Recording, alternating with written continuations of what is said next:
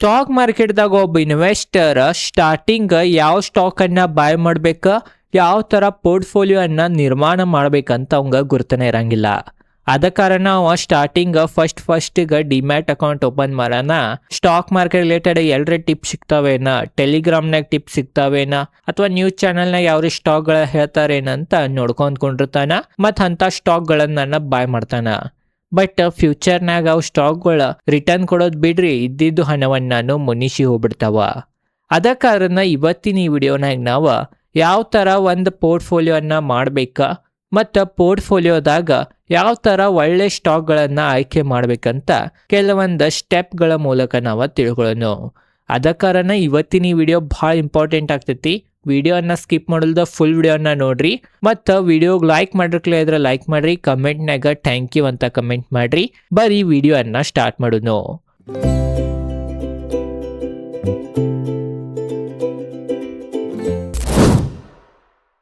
ಸಾಮಾನ್ಯವಾಗಿ stock market ಅಂತಂದ್ರೆ ಭಾಳ ಜನರ ಸ್ಟಾಕ್ ಮಾರ್ಕೆಟ್ ಬಗ್ಗೆ ಹೆಚ್ಚೇನು ನಾಲೆಜ್ ಅನ್ನ ತಗೊಳಂಗಿಲ್ಲ. ಬರೀ ಟಿಪ್ಸ್ಗಳನ್ನ ಫಾಲೋ ಮಾಡಿ ಹೂಡಿಕೆ ಮಾಡಿ ಹಣವನ್ನ ಕಳ್ಕೊತಾರ. ಮತ್ತು ಸ್ಟಾಕ್ ಮಾರ್ಕೆಟ್ ಏನು ಉಪಯೋಗ ಇಲ್ಲ, ಕೆಟ್ಟೈತಂತ ಎಲ್ಲ ಕಡೆ ಸುದ್ದಿ ಎಬ್ಬಿಸ್ತಾರ. ಬಟ್ ಅದ ತಪ್ಪೈತ್ರಿ. ನಾಲೆಜ್ ತಗೊಂಡ್ ಎಲ್ಲ ಸರಿಯಾಗಿ ನೀವು ಪಾಲನೆ ಮಾಡಿ ಹೂಡಿಕೆ ಮಾಡ್ರಿ ಅಂತಂದ್ರೆ ನಿಮ್ಗೆ ನಷ್ಟ ಆಗಂಗಿಲ್ಲ, ಆದ್ರೂ ಭಾಳ ಕಡಿಮೆ ನಷ್ಟ ಆಗ್ತೈತಿ. ಮತ್ತು ನೀವು ಇಲ್ಲಿ ಹಣವನ್ನ ಗಳಿಸ್ಬೋದ. ಹಣವನ್ನ ಗಳಿಸಿದ್ದ ಹಲವಾರು ಉದಾಹರಣೆಗಳು ಭಾರತದ ಸ್ಟಾಕ್ ಮಾರ್ಕೆಟ್ದಾಗ ಇದ್ದಾವ. ಅದ್ರಾಗ ನಾವು ಕೆಲವೊಂದು ಉದಾಹರಣೆ ತಗೊಂಡ್ರ ರಾಕೇಶ್ ಜುಂಜುನ್ವಾಲಾ ಅವ್ರ ಹಣವನ್ನ ಗಳಿಸಿದಾರ, ವಿಜಯ್ ಕೇಡಿಯಾ ಅವರ, ರಾಮದೇವ್ ಅಗರ್ವಾಲ್ ಅವರ. ಇವ್ರೇನ್ ದೊಡ್ಡ ದೊಡ್ಡ ಹೂಡಿಕೆದಾರರ ಹೆಸರು ಎನ್ನಿವ್ರ ಕೋಟ್ಯಾಂತರ ರೂಪಾಯಿ, ಸಾವಿರಾರು ಕೋಟ್ಯಾಂತರ ರೂಪಾಯಿ ಗಳಿಸಿದವ್ರದ್ದು ಉದಾಹರಣೆ ಹೇಳಿದ್ನಿ. ಮತ್ತು 10 ಕೋಟಿ 20 ಕೋಟಿ ಗಳಿಸಿದವ್ರೆ ರಗಡ್ ಇರ್ಬೋದ.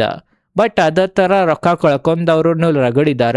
ಅದ ಕಾರಣ ಅವಾಗನ್ನು ನಾಲೆಜ್ ತಗೊಂಡ ಸ್ಟಾಕ್ ಮಾರ್ಕೆಟ್ದಾಗ ಹೂಡಿಕೆ ಮಾಡ್ಬೇಕಾ. ನೋಡ್ರಿ, ನಿಮ್ಮ ಪೋರ್ಟ್ಫೋಲಿಯೋನ ನಿರ್ಮಾಣ ಮಾಡ್ಬೇಕಂತಂದ್ರೆ ಫಸ್ಟ್ ನೀವು ಒಳ್ಳೆ ಸ್ಟಾಕ್ಗಳನ್ನು ಆ ಪೋರ್ಟ್ಫೋಲಿಯೋನಾಗ ಇಡಬೇಕಾಗ್ತೈತಿ. ಅದ ಕಾರಣ ಒಂದು ಒಳ್ಳೆ ಸ್ಟಾಕನ್ನು ಬಾಯ್ ಮಾಡ್ಬೇಕಂತಂದ್ರೆ ಫಸ್ಟ್ ನಾವೇನು ನೋಡ್ತೇವೆ ಅಂತಂದ್ರೆ ಅದೇನು ಸ್ಟಾಕ್ ಐತಿ, ಅದೇನು ಕಂಪ್ನಿ ಐತಿ, ಅದ್ರದ್ದು ಬಿಸ್ನೆಸ್ ಏನೈತೆ ಅಂತ ನಾವು ನೋಡ್ಬೇಕಾ. ಭಾಳ ಜನರ ಬಿಸ್ನೆಸ್ಸನ್ನು ನೋಡಲ್ದ ಹೂಡಿಕೆ ಮಾಡಿಬಿಡ್ತಾರ, ಅಥವಾ ಯಾರೋ ಒಬ್ಬರು ಹೇಳಿದಾರಂತ ಬಾಯ್ ಮಾಡಿಬಿಡ್ತಾರ. ಅದ ಕಾರಣ ಅವರ ಸ್ಟಾಕ್ ಮಾರ್ಕೆಟ್ದಾಗ ಹಣವನ್ನು ಗಳಿಸಂಗಿಲ್ಲ. ನೋಡ್ರಿ, ಯಾವಾಗನ್ನು ನಿಮ್ಮ ಪೋರ್ಟ್ಫೋಲಿಯೋದಾಗ ಯಾವುದು ಸ್ಟಾಕನ್ನು ಆಯ್ಕೆ ಮಾಡ್ತಿದ್ರ ಫಸ್ಟ್ ನೀವು ಆ ಕಂಪ್ನಿ ಆ ಸ್ಟಾಕ್ ಏನು ಕೆಲಸ ಮಾಡ್ತೈತಿ, ಅದ್ರದ್ದು ಬಿಸ್ನೆಸ್ ಏನೈತೆ ಅಂತ ತಿಳ್ಕೊಬೇಕ. ಬಿಸ್ನೆಸ್ ಬಗ್ಗೆ ಎಲ್ಲ ಡೀಟೇಲ್ದಾಗ ನಿಮಗೆ ಗುರ್ತಾದ್ರೇನೆ ನೀವು ಆ ಸ್ಟಾಕನ್ನು ಬಾಯ್ ಮಾಡ್ಬೇಕು ನಿಮ್ಮ ಪೋರ್ಟ್ಫೋಲಿಯೋದಾಗ. ಬಿಸ್ನೆಸ್ ಅಂತಂದ್ರೆ ಎಲ್ಲ ಬಿಸ್ನೆಸ್ದು ಕಂಪ್ನಿಗಳನ್ನು ಬಾಯ್ ಮಾಡಿ ಉಪಯೋಗ ಇಲ್ಲ. ಆ ಬಿಸ್ನೆಸ್ ರಿಲೇಟೆಡ್ ಏನ್ರಿ ಒಂದು ಮೋಟ್ ಇರ್ಬೇಕಾ. ಮೋಟ್ ಅಂತಂದ್ರೆ ಏನ್ರಿ ಒಂದು ವಿಶೇಷತೆ ಇರ್ಬೇಕಾ. ಬಿಸ್ನೆಸ್ರೇ ಎಲ್ಲರೂ ಮಾಡ್ತಾರ. ಉದಾಹರಣೆ ನಾವು ತಗೋಬೇಕಂತಂದ್ರೆ ಈ ಬಾಟಲ್ ಎಲ್ಲರೂ ಸೆಲ್ ಮಾಡ್ತಾರ. ಬಟ್ ಈ ಬಾಟಲ್ದು ಒಂದು ವಿಶೇಷತೆ ಇರ್ಬೇಕಾ. ಅಂದ್ರನ್ನ ಇದ ಲಾಂಗ್ ಟರ್ಮ್ನಾಗ ನಿಮಗೆ ಹಣವನ್ನ ಮಾಡಿ ಕೊಡ್ತೈತೆ ಆ ಕಂಪ್ನಿ ಅಂತ ನಾವು ಅನ್ಬೋದ. ಅದ ಕಾರಣ ಯಾವಾಗೂ ಬಿಸ್ನೆಸ್ ನೋಡ್ರಿ, ಬಿಸ್ನೆಸ್ನ ಏನು ಮೋಟ್ ಐತಿ, ಏನು ಇದಕ್ಕೆ ಅಡ್ವಾಂಟೇಜ್ ಸಿಗ್ತೈತಿ, ಏನು ಇದ್ರದ್ದು ವಿಶೇಷತೆ ಐತಿ, ಬೇರೆ ಕಂಪ್ನಿಗಳಿಂದ ಏನು ಇದಕ್ಕೆ ಬೇರೆ ಮಾಡ್ತೈತಿ, ಏನು ಒಂದು ಒಳ್ಳೆ ಕಂಪ್ನಿಯಾಗಿ ಮಾಡ್ತೈತಿ ಅಂತ ನಾವು ನೋಡ್ಬೇಕಾ. ಅವಾಗನ ನಾವು ಆ ಕಂಪ್ನಿಯನ್ನ ಆಯ್ಕೆ ಮಾಡ್ಬೇಕಾ. ಇದು ನಿಮಗೆ 1ನೇ ಪಾಯಿಂಟ್ ಗುರ್ತಾ ಇರ್ಬೋದ. 2ನೇ ಪಾಯಿಂಟ್ ಏನಂತಂದ್ರೆ ಕಂಪ್ನಿದಾಗ ಗ್ರೋತ್ ಇರ್ಬೇಕಾ. ಯಾವಾಗೂ ನಿಮ್ಮ ಪೋರ್ಟ್ಫೋಲಿಯೋದಾಗ ಒಂದು ಸ್ಟಾಕನ್ನು ಆಯ್ಕೆ ಮಾಡ್ಬೇಕಂತಂದ್ರೆ ಆ ಸ್ಟಾಕದ ಬಿಸ್ನೆಸ್ ಮಾಡೆಲ್ ನೋಡಿ ಆಗಾನ ನೆಕ್ಸ್ಟ್ ಅದೇನು ಬಿಸ್ನೆಸ್ ಯಾವ ಸೆಕ್ಟರ್ನಾಗ ಮಾಡ್ತೈತಿ, ಆ ಸೆಕ್ಟರ್ನಾಗ ಗ್ರೋತ್ ಐತೋ ಇಲ್ಲೋ ಅಂತ ನೋಡ್ಬೇಕಾ. ಉದಾಹರಣೆಗೆ ನಾವು ತಗೋಬೇಕಂತಂದ್ರೆ ಏನು ಮೊದಲ ಬಟನ್ ಫೋನ್ ಇದ್ದು, ಈಗ ಒಂದು ಯಾವುದೇ ಕಂಪ್ನಿ ಬಟನ್ ಮೊಬೈಲನ್ನು ಮ್ಯಾನುಫ್ಯಾಕ್ಚರಿಂಗ್ ಮಾಡ್ತಿತ್ತಂತಂದ್ರೆ ಆ ಕಂಪ್ನಿ ಈಗಿನ ಕಾಲನ ಇದ್ದು ಇಲ್ದಂಗ್ರಿ. ಅದ ಕಾರಣ ಏನ್ರಿ ಸ್ಕ್ರೀನ್ ಟಚ್ ಫೋನ್, ಸ್ಮಾರ್ಟ್ ಫೋನನ್ನು ಮಾಡ್ತೈತಿ ಇಲ್ಲೋ, ಫ್ಯೂಚರ್ನಾಗ ಇದ ಗ್ರೋತ್ ಐತಂತ ನಾವು ಅಂಥ ಕಂಪ್ನಿದಾಗ ಹೂಡಿಕೆ ಮಾಡ್ತೀವಿ. ಅದ ಕಾರಣ ಗ್ರೋತ್ ಐತೇನಿಲ್ಲ ಅಂತ ನೋಡ್ಬೇಕಾ. ಮೇನ್ ಇದು ನಿಮಗೆ ಗುರ್ತಿರ್ಬೇಕಾ. ಫ್ಯೂಚರ್ ಓರಿಯೆಂಟೆಡ್ ಬಿಸ್ನೆಸ್ ಇರಬೇಕಾ. ಬಿಸ್ನೆಸ್ದಾಗ ನಾವು ಪ್ರಮುಖವಾಗಿ 2 ಥರದ್ದು ಬಿಸ್ನೆಸ್ ನೋಡ್ತೇವೆ. 1ನೇದಕ್ಕೆ ಏನಂತೇವಂತಂದ್ರೆ ನಾವು ಸನ್ರೈಸ್ ಬಿಸ್ನೆಸ್ ಅಥವಾ ಸನ್ರೈಸ್ ಇಂಡಸ್ಟ್ರೀಸ್ ಅಂತೇವಿ. 2ನೇದ ಸನ್ಸೆಟ್ ಇಂಡಸ್ಟ್ರಿ ಅಂತೇವಿ. ಈಗ ಬಟನ್ ಮೊಬೈಲ್ದು ಏನಾತ್ರಿ ಅದ ಸನ್ಸೆಟ್ ಆತದ ಅಂತಂದ್ರೆ ಅದ ಸೂರ್ಯ ಮುನಿಗೆ ಹೋತ, ಅದ್ರದ್ದು ಕಾಲ ಮುನಿಗೆ ಹೋತ. ಬಟ್ ಈಗ ಸನ್ರೈಸ್ ಯಾವ್ದೈತಿ, ಅದು ಸನ್ರೈಸ್ ಐತಿ. ಅದ ಕಾರಣ ಅಂಥ ಸೆಕ್ಟರನ್ನು ಫೋಕಸ್ ಮಾಡ್ಬೇಕಾ, ಅಂಥ ಸೆಕ್ಟರ್ದು ಕಂಪ್ನಿಗಳನ್ನು ಬಾಯ್ ಮಾಡ್ಬೇಕಾ. ಅಂದ್ರೆ ನೀವು ಸ್ಟಾಕ್ ಮಾರ್ಕೆಟ್ದಾಗ ಹಣವನ್ನು ಗಳಿಸ್ಬೋದ. ಯಾಕಂತಂದ್ರೆ ಸ್ಟಾಕ್ ಮಾರ್ಕೆಟ್ ಯಾವಾಗೂ ಪ್ರೆಸೆಂಟ್ ನೋಡಂಗಿಲ್ಲ, ಫ್ಯೂಚರನ್ನು ನೋಡ್ತೈತಿ. ಫ್ಯೂಚರ್ನಾಗ ಗ್ರೋತ್ ಇದ್ರೆ ಖಂಡಿತವಾಗಿ ನೀವು ಸ್ಟಾಕ್ ಮಾರ್ಕೆಟ್ದಾಗ ಹಣವನ್ನು ಗಳಿಸ್ತೀರಿ. ಮತ್ತು ಅಂಥ ಕಂಪ್ನಿಗಳು ನಿಮಗೆ ಹಣವನ್ನು ಗಳಿಸಿ ಕೊಡ್ತಾವ. ಇದ್ರ ಬಗ್ಗೆನೂ ನಿಮಗೆ ಡೀಟೇಲ್ದಾಗ ಸರಳವಾಗಿ ತಿಳಿದಿರ್ಬೋದಂತ ನನಗನಿಸ್ತೈತಿ. ಬರೀ ಈಗ ಮೂರನೇ ಪಾಯಿಂಟ್ ಯಾವ್ದಂತ ತಿಳ್ಕೊಳ್ಳೋಣ. ಮೂರನೇ ಪಾಯಿಂಟ್ ಏನಂತಂದ್ರ ಬಿಸ್ನೆಸ್ ತಿಳ್ಕೊಂಡ್ರಿ, ಸೆಕ್ಟರ್ದ ಬಗ್ಗೆನೂ ತಿಳ್ಕೊಂಡ್ರಿ. ಮೂರನೇದು ಏನಂತಂದ್ರ ಬಿಸ್ನೆಸ್ ನಿಮಗೆ ಅರ್ಥ ಆಗ್ತಿತ್ತು ಇಲ್ಲೋ ಅಂತ ನೋಡ್ಬೇಕಾ. ವಾರೆನ್ ಬಫೆಟ್ ಅವ್ರದ್ದು ಭಾಳ ಫೇಮಸ್ ಒಂದು ಲೆಸನ್ ಐತಿ, ಒಂದು ಕೋಟ್ ಐತಿ. ಅದೇನಂತಂದ್ರ never invest in a business you can't understand. ಯಾವುದೂ ಒಂದು ಬಿಸ್ನೆಸ್ನಾಗ ಹೂಡಿಕೆ ಮಾಡಬೇಡ್ರಿ ನಿಮಗೇನ್ರಿ ಅದ್ರ ಬಗ್ಗೆ ಮಾಹಿತಿ ಇಲ್ಲಾಗಿತ್ತ ಅಥವಾ ನಿಮಗೆ ಅದ್ರ ಬಗ್ಗೆ ಏನು ತಿಳಿವಾತಂತಂದ್ರೆ ನೀವು ಹೂಡಿಕೆ ಮಾಡಬೇಡ್ರಿ ಅಂತ ತಿಳಿಸ್ತಾರ. ಅದ ಕಾರಣ ಯಾವಾಗನ್ನು ನೀವು ಫಸ್ಟ್ ತಿಳ್ಕೊಬೇಕ, ತಿಳಿತಂತಂದ್ರೆ ಮಾತ್ರ ಹೂಡಿಕೆ ಮಾಡ್ಬೇಕ. ವಾರೆನ್ ಬಫೆಟ್ ಅವ್ರದನ್ನ ನಾವು ಉದಾಹರಣೆ ತಗೋಬೇಕಂತಂದ್ರೆ ವಾರೆನ್ ಬಫೆಟ್ ಅವ್ರ ಹಲವಾರು ವರ್ಷ IT ಕಂಪ್ನಿಗಳ್ನಾಗ AI ಕಂಪ್ನಿದಾಗ ಅದು ಹೂಡಿಕೆ ಮಾಡಿರ್ಕ್ಲೈರ. ಯಾಕಂದ್ರೆ ಅವ್ರಿಗೆ ಅದ್ರ ಬಗ್ಗೆ ಅಷ್ಟಿನ್ನ ನಾಲೆಜ್ ಇಲ್ಲ ಇತ್ತು ಅಥವಾ ಅವ್ರಿಗೆ ಅದು ಬಿಸ್ನೆಸ್ ಮಾಡಲ್ನ ತಿಳಿವಾತಾಗಿತ್ರಿ. ಬಟ್ ಒಂದ್ಸಲ ತಿಳಿಯೋಣ ಆ್ಯಪಲ್ನಾಗ ಅದು ಭಾಳ ಹೂಡಿಕೆ ಮಾಡಿರೋರ. ಅದ ಕಾರಣ ಬಿಸ್ನೆಸ್ ಬಗ್ಗೆ ತಿಳಿತಿತ್ತು ಇಲ್ಲೋ ಅಂತ ನೋಡ್ರಿ, ತಿಳಿದ್ರೆ ಮಾತ್ರ ಹೂಡಿಕೆ ಮಾಡ್ರಿ. ತಿಳಿಲಿಲ್ಲ ಅಂದ್ರೂ ಫ್ಯೂಚರ್ನಾಗ ಗ್ರೋತ್ ಕಾಣತಿತ್ತಂತಂದ್ರೆ ಅದ್ರ ಬಗ್ಗೆ ತಿಳ್ಕೊರಿ, ತಿಳಿದಾಗನ ಹೂಡಿಕೆ ಮಾಡ್ರಿ. ಬಟ್ ತಿಳಿನ ಮಾತು ಎಲ್ಲರೂ ಹೇಳತ್ತಾರಂತ ಹತ್ರ ಹೊಕ್ಕಿರಂತಂದ್ರೆ ಅದು ಫೋಮೋ ಚಕ್ಕರ್ನಾಗ ಹೋಗಿದಂಗೆ ಆಗ್ತದೆ. ನೀವು ಅವಾಗ ನಿಮಗೆ ಭಾಳ ದೊಡ್ಡ ನಷ್ಟ ಆಗ್ಬೋದ. ಮಾರ್ಕೆಟ್ನಾಗ ಎಲ್ಲಕ್ಕಿಂತ ಹೆಚ್ಚನ ಮಾರ್ಕೆಟ್ದಾಗ ಅಷ್ಟೇ ಇಲ್ಲ, ಯಾವುದೇ ಅಸೆಟ್ ಕ್ಲಾಸ್ನಾಗ ಅಥವಾ ಎಲ್ಲಿ ಬೇಕಾದಲ್ಲಿನೂ ಭಾಳ ಜನರು ಹಣವನ್ನು ಕಳ್ಕೊಳ್ಳೋದನ್ನ ಮೇನ್ ಫೋಮೋದಿಂದ. ಅದ ಕಾರಣ ಯಾವಾಗನ್ನು ಫೋಮೋದಿಂದ ಯಾವುದೂ ನಿರ್ಧಾರವನ್ನು ತಗೋಬೇಡ್ರಿ, ತಿಳ್ಕೋರಿ. ಅದ್ರ ಬಗ್ಗೆ ಎಲ್ಲ ನಿಮಗೆ ತಿಳಿದಾಗ ನೀವು ಡಿಸಿಷನನ್ನು ತೋರಿ, ಅವಾಗನ ನೀವು ಒಳ್ಳೆ ಕಂಪ್ನಿಯನ್ನು ಪಿಕ್ ಮಾಡ್ಬೋದು ನಿಮ್ಮ ಪೋರ್ಟ್ಫೋಲಿಯೋದಾಗ. ಅದೇ ಥರ 4ನೇ ಪಾಯಿಂಟ್ ನೋಡ್ರ ಫಂಡಾಮೆಂಟಲ್ ಭಾಳ ಒಳ್ಳೇದಿರ್ಬೇಕು. ಒಂದು ಪೋರ್ಟ್ಫೋಲಿಯೋನ ನಿರ್ಮಾಣ ಮಾಡತ್ತೀರಿ, ಒಂದು ಒಳ್ಳೆ ಪೋರ್ಟ್ಫೋಲಿಯೋನ ನಿರ್ಮಾಣ ಮಾಡತ್ತೀರಿ ಅಂತಂದ್ರೆ ಒಳ್ಳೆ ಸ್ಟಾಕ್ಗಳನ್ನು ಬಾಯ್ ಮಾಡ್ಬೇಕಾ. ಈಗೇನು ನಾ ಆಲ್ರೆಡಿ 3 ಪಾಯಿಂಟ್ಸ್ ಹೇಳಿದ್ನಿ. ಇವು 3 ಪಾಯಿಂಟ್ಸ್ ಆಗನ ನೆಕ್ಸ್ಟ್ ನೋಡೋದನ್ನ ನಾವು ಫಂಡಾಮೆಂಟಲ್, ಆ ಕಂಪ್ನಿದ ಬಿಸ್ನೆಸ್ ಎಲ್ಲ ತಿಳಿದಾಗ ಮೇನ್ ಹತ್ತಿರದ ನಾವು ಕುಂಡ್ಲಿ ನೋಡ್ತೇವಿ, ಅದನ್ನ ನಾವು ಫಂಡಾಮೆಂಟಲ್ ಅಂತೇವಿ. ಫಂಡಾಮೆಂಟಲ್ದಾಗ ನಾವು ಮೇನ್ ರೆವೆನ್ಯೂ ಏರಾತಿತ್ತು ಇಲ್ಲೋ ಅಂತ ನೋಡ್ಬೇಕಾ. ರೆವೆನ್ಯೂ ಏರಾತಿತ್ತಂತಂದ್ರೆ ಕಂಪ್ನಿ ಪ್ರಾಫಿಟೇಬಲ್ ಐತೋ ಇಲ್ಲೋ ಅಂತನೂ ನೋಡ್ಬೇಕಾ. ಈಗಿನ ಕಾಲನ ಹೆಂಗಾಯ್ತಂತಂದ್ರೆ ರೆವೆನ್ಯೂರೇ ಫುಲ್ ಏರಿಸ್ತಾರಿ, ಬಟ್ ಕಂಪ್ನಿಗಳ ಹಣವನ್ನ ಗಳಿಸ್ತಿರಂಗಿಲ್ಲ. ಅದ ಕಾರಣ ನೆಟ್ ಪ್ರಾಫಿಟನ್ನು ಒಳ್ಳೇದಿರ್ಬೇಕಾ, ಪ್ರಾಫಿಟೇಬಲ್ ಕಂಪ್ನಿ ಇರ್ಬೇಕಾ, ನೆಗೆಟಿವ್ ಪ್ರಾಫಿಟ್ ಇರಬಾರ್ದ, ಕಂಟಿನ್ಯೂ ಇರ್ಕೊಂತ ಇರ್ಬೇಕಾ. ಕಂಪ್ನಿ ಮ್ಯಾಗ ಸಾಲ ಕಡಿಮೆ ಇರ್ಬೇಕಾ, ಕಂಪ್ನಿದ ರಿಸರ್ವ್ ಹೆಚ್ಚಿರ್ಬೇಕಾ. ಕಂಪ್ನಿದ ಸಾಲ ಕಡಿಮೆ ಐತಿ, ರಿಸರ್ವ್ ಹೆಚ್ಚಿತ್ತಂತಂದ್ರೆ ಅದು ಒಂದು ಒಳ್ಳೆ ಫಂಡಾಮೆಂಟಲ್ ಕಂಪ್ನಿದ ಸಂಕೇತ ಅಂತ ನಾವು ಅಂತೀವಿ. ಅದ ಕಾರಣ ಫಂಡಾಮೆಂಟಲ್ ನೋಡ್ಬೇಕಾ, ROC ROE ಅದೆಲ್ಲ ನೋಡ್ಬೇಕಾ. ಅದ್ರ ಬಗ್ಗೆನೂ ಡೀಟೇಲ್ದಾಗ ವಿಡಿಯೋ ಮಾಡೋದು ಪ್ಲ್ಯಾನ್ ಐತಿ. ನಾ 2-3 ವಿಡಿಯೋ ಮಾಡಿದ್ನಿ, ಬಟ್ ಅದಕ್ಕೆ ವ್ಯೂಸ ಬರೋಲ್ಲ ಅನ್ನೋಣ ಮಾಡೋದು ಬಂದ್ ಮಾಡಿದ್ನಿ. ಬಟ್ ನೀವು ನಾ ಏನೇನು ಫಂಡಾಮೆಂಟಲ್ದು ಎಲ್ಲ ವಿಡಿಯೋಗಳು ಹಾಕ್ತೇನೆ ಅದಕ್ಕೆಲ್ಲ ನೋಡ್ತೀರಿ, ಫುಲ್ ಸಪೋರ್ಟ್ ತೋರಿಸ್ತೀರಿ ಅಂತಂದ್ರೆ ಖಂಡಿತವಾಗಿ ಮತ್ತೆ ಆ ಸೀರೀಸ್ ಸ್ಟಾರ್ಟ್ ಮಾಡ್ತೇನೆ. ಭಾಳ ಡೀಟೇಲ್ದಾಗ ಸರಳವಾಗಿ ನಾನು ನಿಮಗೆ ತಿಳಿಸ್ತೇನೆ. ಹಣವನ್ನು ಕೊಟ್ಟು ಕೋರ್ಸ್ನಾಗೂ ತಿಳಿಸಂಗಿಲ್ರಿ, ಆ ಥರ ಫ್ರೀನಾಗ ನಾನು ನಿಮಗೆ ತಿಳಿಸ್ತೇನೆ. ಅದ ಕಾರಣ ಚಾನಲ್ ಸಬ್ಸ್ಕ್ರೈಬ್ ಮಾಡಿರಿ. ಬರೀ ಈಗ 5ನೇ ಪಾಯಿಂಟ್ ತಿಳ್ಕೊಳ್ಳೋಣ. 5ನೇ point promoters holding. Promoters holding ಅಂತಂದ್ರೆ ಕಂಪ್ನಿದ ಓನರ್ಗೆ ನಾವು ಪ್ರಮೋಟರ್ ಅಂತೀವಿ. ಪ್ರಮೋಟರ್ಸ್ದ ಹೋಲ್ಡಿಂಗ್ ಕಂಪ್ನಿದಾಗ ಹೆಚ್ಚಿರ್ಬೇಕಾ. ಪ್ರಮೋಟರ್ಸ್ ಹೋಲ್ಡಿಂಗ್ ಕಂಪ್ನಿದಾಗ ಕಡಿಮೆ ಇತ್ತಂದ್ರೆ ದ ನೆಗೆಟಿವ್ ಸಂಕೇತ ಅಂತ ನಾವು ಅನ್ಬೋದ. ಹಂಗಂದ್ರೆ ಪ್ರಮೋಟರ್ಸ್ ಕಡಿಮೆ ಇದ್ದಿದ್ದು ಕಂಪ್ನಿಗಳು ಗ್ರೋತನ್ನ ತೋರ್ಸಂಗಿಲ್ಲ ಅಂತ ನಿಮ್ಮ ತಲೆ ಕ್ವಶನ್ ಇರ್ಬೋದ. ಹಂಗಿಲ್ರಿ, ತೋರಿಸ್ತಾವ. ಬಟ್ ಪ್ರಮೋಟರ್ಸ್ ಹೋಲ್ಡಿಂಗ್ ಹೆಚ್ಚಿದ್ರೆ ಒಳ್ಳೇದಂತ ಮೊದಲಿಂದನೂ ಎಕ್ಸ್ಪರ್ಟ್ಗಳು ಹೇಳ್ಕೊಂಬಂದಾರ.